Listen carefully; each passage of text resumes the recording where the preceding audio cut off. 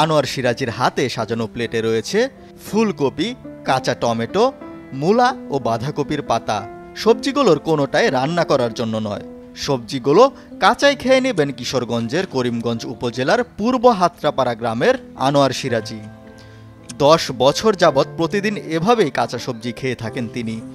শুধুই মূলা, টমেটোর মতো সবজি নয়, আনোয়ার সিরাজী অনায়াসে খেয়ে নিতে পারেন লাউ, মিষ্টি কুমড়া, সরিষা ফুল, করলা।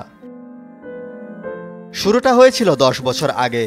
মরণ ব্যাধি রোগে আক্রান্ত হলে তার বেঁচে থাকার আশা প্রায় ছেড়ে দিয়েছিলেন চিকিৎসক, পরিবারের সদস্যরা। তবে প্রচুর পরিমাণে ফল ও শাকসবজি খেলে হয়তো কিছুদিন বেঁচে থাকতে পারেন এমন পরামর্শ দিয়েছিলেন চিকিৎসকরা। সেই আশ্বাসেই প্রথমে রান্না করা সবজি খাওয়া শুরু করলেও এক পর্যায়ে কাঁচা খাওয়ার চেষ্টা করেন। এরপর থেকে সকল খাবার কাঁচা খেয়ে যাচ্ছেন এবং সুস্থভাবে বেঁচে আছেন তিনি। বরং এই সবজিগুলো কাঁচা না খেলেই সমস্যা হয় তার।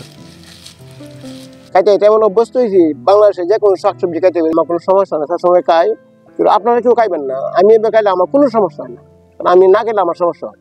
আমি আবার মেজর সমস্যা, ব্লাডের আমাকে ডাক্তার বলছিল যে 10-15 দিন মনে হয় বাঁচবো। কিন্তু আমি বলছিলাম যে স্যার, রিজিকের মালিক আর আয়াতের মালিক আল্লাহ, কিন্তু আল্লাহ আমাকে বাঁচায় রাখছে। আমি এমন খাওয়া শিখছি, প্রচুর শাকসবজি দিন আয়াত আছে বাঁচাতাম, কিন্তু এইভাবে কাঁচা শাকসবজি খেলে আমার ভালো লাগে না। আনোয়ার সিরাজী পেশায় একজন কৃষক। বাবা মায়ের 4 সন্তানের মধ্যে তিনি বড়।